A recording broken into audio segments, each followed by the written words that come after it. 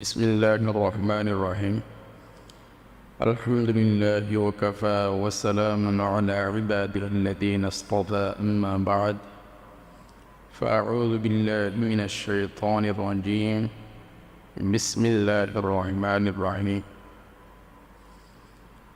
إن الدين عند الله الإسلام صدق الله العظيم الله تعالى سورة آل عمران 19 নম্বর আয়াতে ইরশাদ করেন ইন্নাদ-দীনা ইনদাল্লাহিল ইসলাম। আল্লাহ তাআলার নিকট একমাত্র মনোনীত ধর্ম ইসলাম। আর যে ব্যক্তি ইসলাম ব্যতি রেখে অন্য ধর্মকে দিন হিসেবে গ্রহণ করবেন সেটা তার থেকে কোনো কিছুতেই গ্রহণ করা হবে না। অর্থাৎ ইসলাম ধর্ম ব্যতি রেখে পৃথিবীর কোনো ধর্ম আল্লাহ তাআলার কাছে গ্রহণযোগ্য নয়। একমাত্র ইসলাম ধর্মই হলো আল্লাহ তাআলার কাছে মাকবুল মনোনীত গ্রহণযোগ্য ধর্ম। ইসলাম গ্রহণ করা মানে ঈমানের কলিমা মুখে উচ্চারণ করা এবং ঈমানের বিষয়গুলো মনে প্রাণে বিশ্বাস করা। মুমিন হওয়ার জন্যে যেসব বিষয়ের উপর ঈমান আনা জরুরি সেগুলোর মধ্যে কয়েকটি বিষয় হলো, 1 নম্বর, আল্লাহ তাআলার উপর ঈমান আনার সাথে সাথে খাতামুন নবিয়্যিন শেষ নবী মুহাম্মদ রাসূলুল্লাহ সাল্লাল্লাহু আলাইহি ওয়াসাল্লামের প্রতি ঈমান আনা, তার সম্পর্কে বিশ্বাস স্থাপন করা যে তিনি আল্লাহ তাআলা বান্দা এবং রাসূল, তিনি খাতামুল মুরসালিন খাতামুন নবিয়্যিন, অর্থাৎ তিনি শেষ নবী এবং শেষ রাসূল এবং তিনি বিশ্বনবী ও শ্রেষ্ঠ নবী। কিয়ামত পর্যন্ত আগত মানবতার জন্যে তিনি একমাত্র নবী, এরপরে আর কোনো নবী আসবে না। তার হানিত শরীয়তই হলো একমাত্র শরীয়ত, তারপরে নতুন কোনো শরীয়ত আসবে না। তিনি আল্লাহ জাল্লা জালালুহু রব্বুল আলামিনের নিকট সর্বাধিক নৈকট্যপ্রাপ্ত রাসূল, সর্বশ্রেষ্ঠ মহামানব। তিনি যেমন শেষ নবী, তার উম্মত হল শেষ উম্মত। তাকে আল্লাহ তাআলা যে শরীয়ত দান করেছেন তা সর্বশেষ শরীয়ত। এর মাধ্যমে আল্লাহ তাআলা পূর্বের সকল শরীয়ত রহিত করে দিয়েছেন। তার আবির্ভাবের পর একমাত্র মুক্তির উপায় হলো তার প্রতি ঈমান এনে তাকে শেষ নবী হিসেবে গ্রহণ করা এবং তার শরীয়ত ও তার সুন্নাহর অনুসরণ করা। মুমিনের জন্য আল্লাহ তাআলার আনুগত্য করা যেমন আবশ্যক, সর্বশেষ ও সর্বশ্রেষ্ঠ নবী মুহাম্মদ রাসূলুল্লাহ সাল্লাল্লাহু আলাইহি ওয়াসাল্লামের আনুগত্য করাও তেমনি আবশ্যক।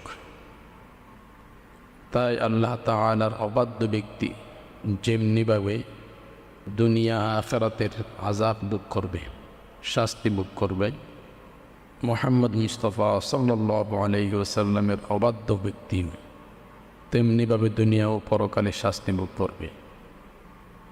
যেমন আল্লাহ তাআলা সূরাতুন নিসার 14 নং আয়াতে ইরশাদ করেন, ومن يعص الله ورسوله ويتعدى حدوده يدخله نارا خالدا فيها وله عذاب مهين।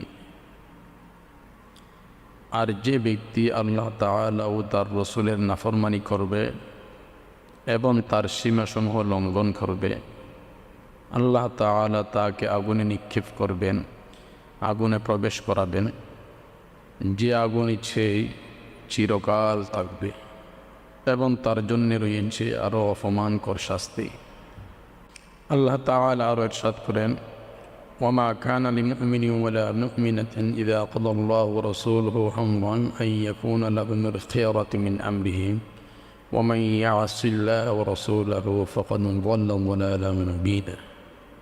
কোনো মুমিন পুরুষ বা মুমিন নারীর জন্য এই অবকাশ নেই যে আল্লাহ তাআলা ও তার রাসূল কোনো বিষয় চূড়ান্ত করে দেওয়ার পরেও নিজেদের বিষয়ে তাদের ইখতিয়ার থাকবে।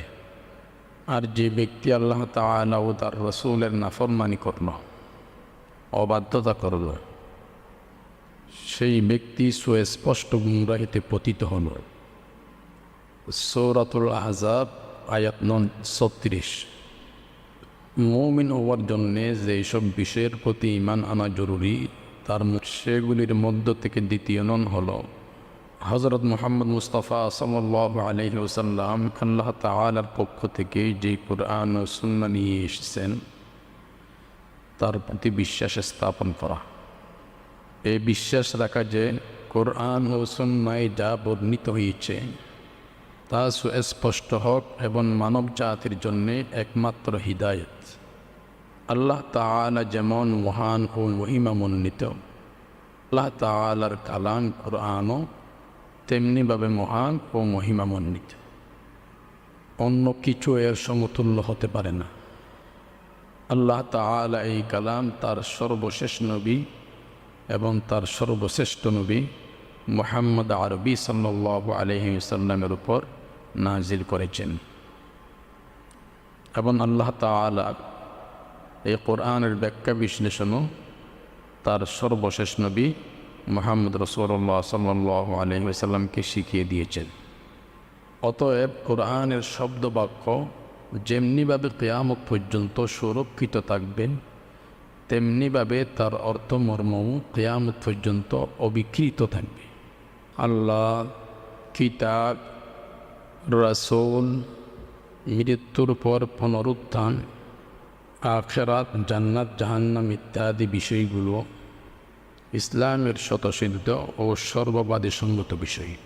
এগুলোর যে তাফসীর ও বিবরণ অকাঠ্যভাবেই ও সুস্পষ্টরূপে কোরআন সুন্নায় বর্ণিত রয়েছে, সেটাও স্বতঃসিদ্ধ ও সর্বজন বিদিত।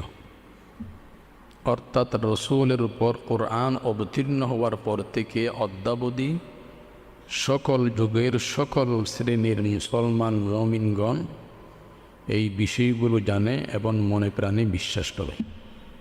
অর্থাৎ একজন মানুষ মুসলিম সমাজে বসবাস করবে আর এই বিষয়গুলো তার জানা থাকবে না, এমনটা হতে পারে না।